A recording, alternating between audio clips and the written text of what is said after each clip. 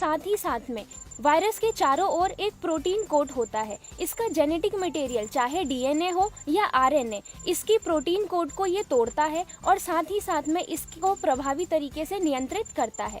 साथ ही साथ में अगर इसकी मैं खासियत बताऊं, ये प्रोटीन कोड को तोड़ता है जिसकी वजह से प्रभावी तरीके से हम वायरस वाली बीमारियों पर नियंत्रण पा सकते हैं।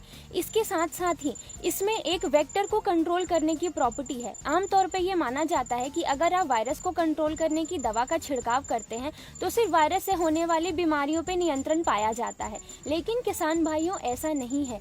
वायरोरेज वायरस के साथ साथ इसको फैलाने वाले वेक्टर यानी कि रस चूसक कीट, जैसा आमतौर पे देखा गया है पपीते की फसल में माहू और सफेद मक्खी के द्वारा वायरस की बीमारियां फैलती है, तो ये इन वेक्टर यानी कारकों पे भी बहुत ही प्रभावी तरीके से नियंत्रण पाता है।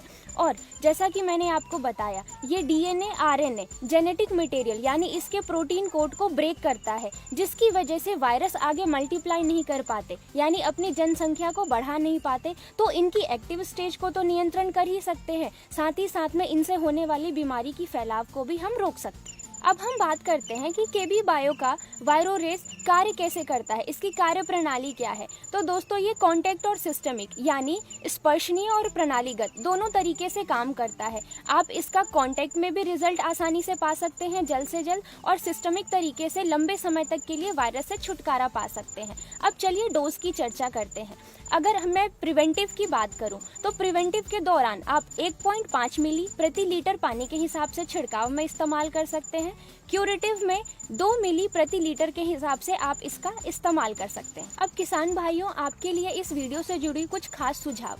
जब भी आप वायरोरेज का स्प्रे करते हैं तो ये ध्यान रखिए कि इसको किसी अन्य केमिकल के साथ मिलाकर स्प्रे मत कीजिए। इसका एक समान सिंगल स्प्रे कीजिए, जिससे आपको बेहतरीन रिजल्ट मिलता है। साथ ही साथ में जब भी आप केबी बायो का वायरोरेज का स्प्रे करते हैं तो इसके साथ केबी बायो का बैलेंस स्टिक जरूर मिलाइए। इससे आपको रिजल्ट बहुत प्रभावी आएगा और लंबे समय तक के लिए आपको रिजल्ट मिलेगा। वायरोरेज का इस्तेमाल हमेशा प्रिवेंटिव मेजर में करने का ही प्रयास करें, क्योंकि इसका लंबे समय तक के लिए रिजल्ट आएगा। साथ ही साथ अगर आप वायरस की एक्टिव स्टेज को पूर्ण रूप से नियंत्रित करना चाहते हैं तो इसका स्प्रे 4 दिन के अंतराल पे जरूर कीजिए, बैलेंस स्टिक के साथ में मिलाकर।